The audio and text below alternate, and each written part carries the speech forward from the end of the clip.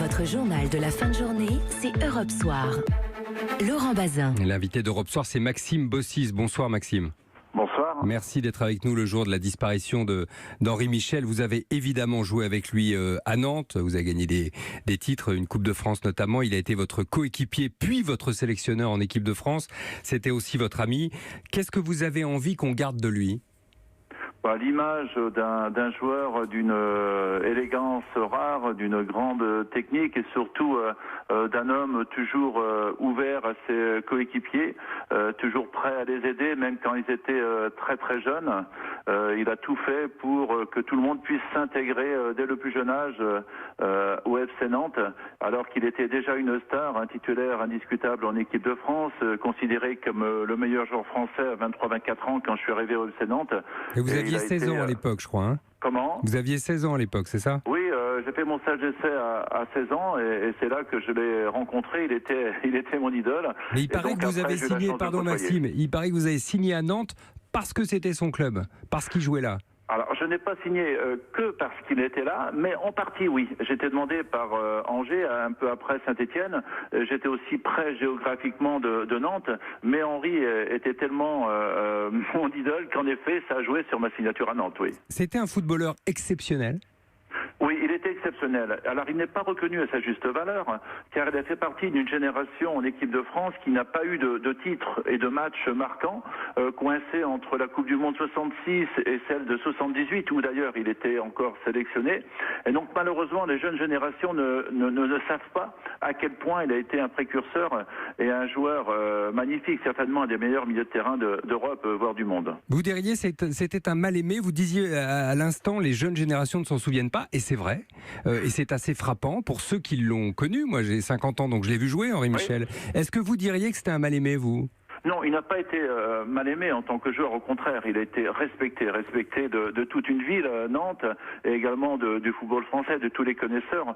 Par contre, après sa carrière de sélectionneur en équipe de France, il a été, je pense, un petit peu amer de ne pas avoir eu sa chance en France, dans un grand club, sur une durée assez longue, notamment cette chance qu'il aurait pu avoir de revenir au FC Nantes.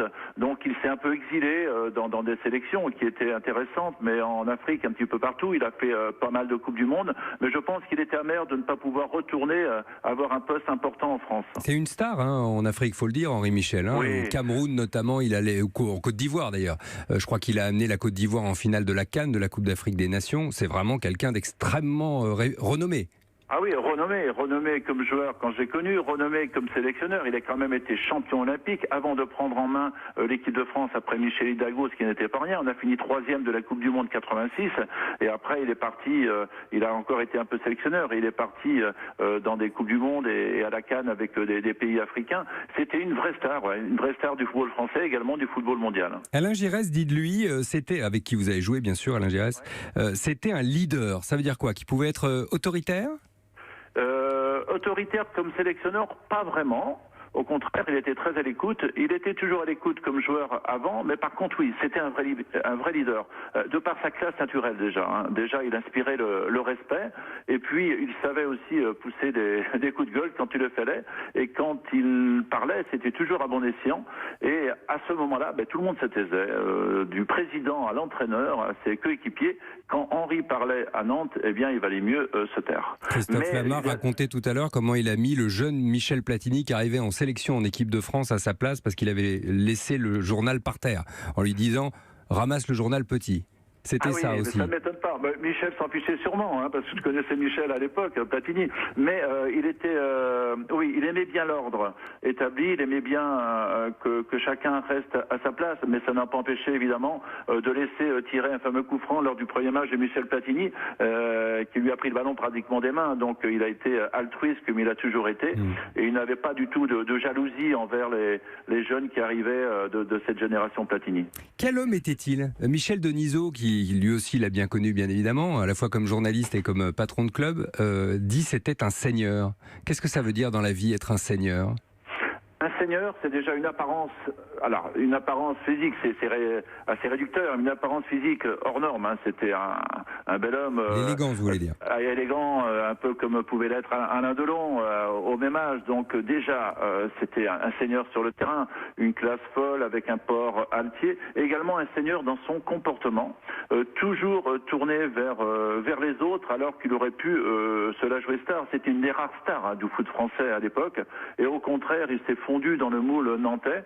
Il en était le principal artisan pendant 10 à 15 ans, et toujours à l'écoute des plus jeunes. Au départ, quand on est arrivé, on le vous voyait, quand on avait 16-17 ans, et il nous a mis à l'aise tout de suite en disant vous n'allez pas me vous voyez, vous n'allez pas me vous voyez. Ici, on se tutoie, on est dans la même équipe, même si je suis un peu plus âgé. Donc, il savait chambrer, mais bon, c'était toujours bon enfant, et c'était vraiment un seigneur. Ouais. Un chic type aussi. Merci beaucoup, Maxime Bossis, d'avoir été avec nous pour évoquer ce soir la mémoire d'Henri Michel, le seigneur, donc un des seigneurs du foot des années 70, qui nous a quittés cette nuit. Merci encore.